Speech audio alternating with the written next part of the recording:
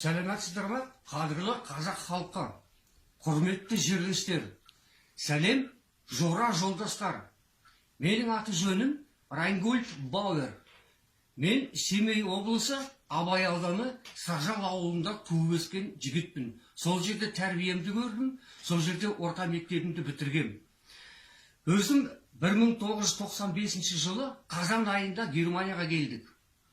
Денеміз кетсе де, жүрегіміз үзіліп, Қазақстанда қалды. Мен бүкіл кеткен немістердің атын айтып тұрмын. Ана кетерде бір жігіттер айтады маған: Райнгольд, дұрыс дейсің, отаныңа кетіп барасың деп. Мен айттым: жоқ, дұрыс емес. Менің отаным кіндігімнің қаны тамған жер.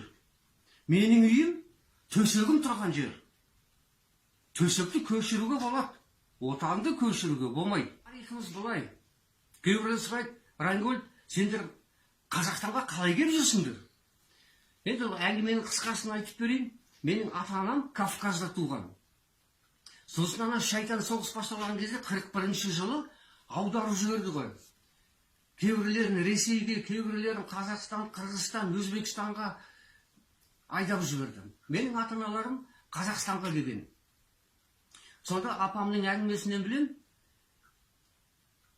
Белағаш деген станция бар, соған әкеп тоқтапты. Сонда Саржалдың ауыл советтері атарба жіберген, атарбалар, бірнеше атарбалар, ана немістерді алып келгендер деп.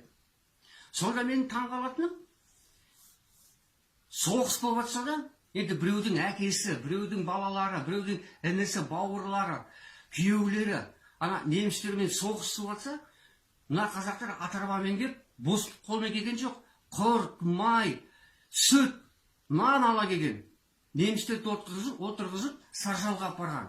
Сонда үйге таратып, ақырғы нанмен бөлісіп, орын беріп, төсек салып, қарсы алған. Сол үшін бүкіл қазақ халқына иіліп рахмет айтамын.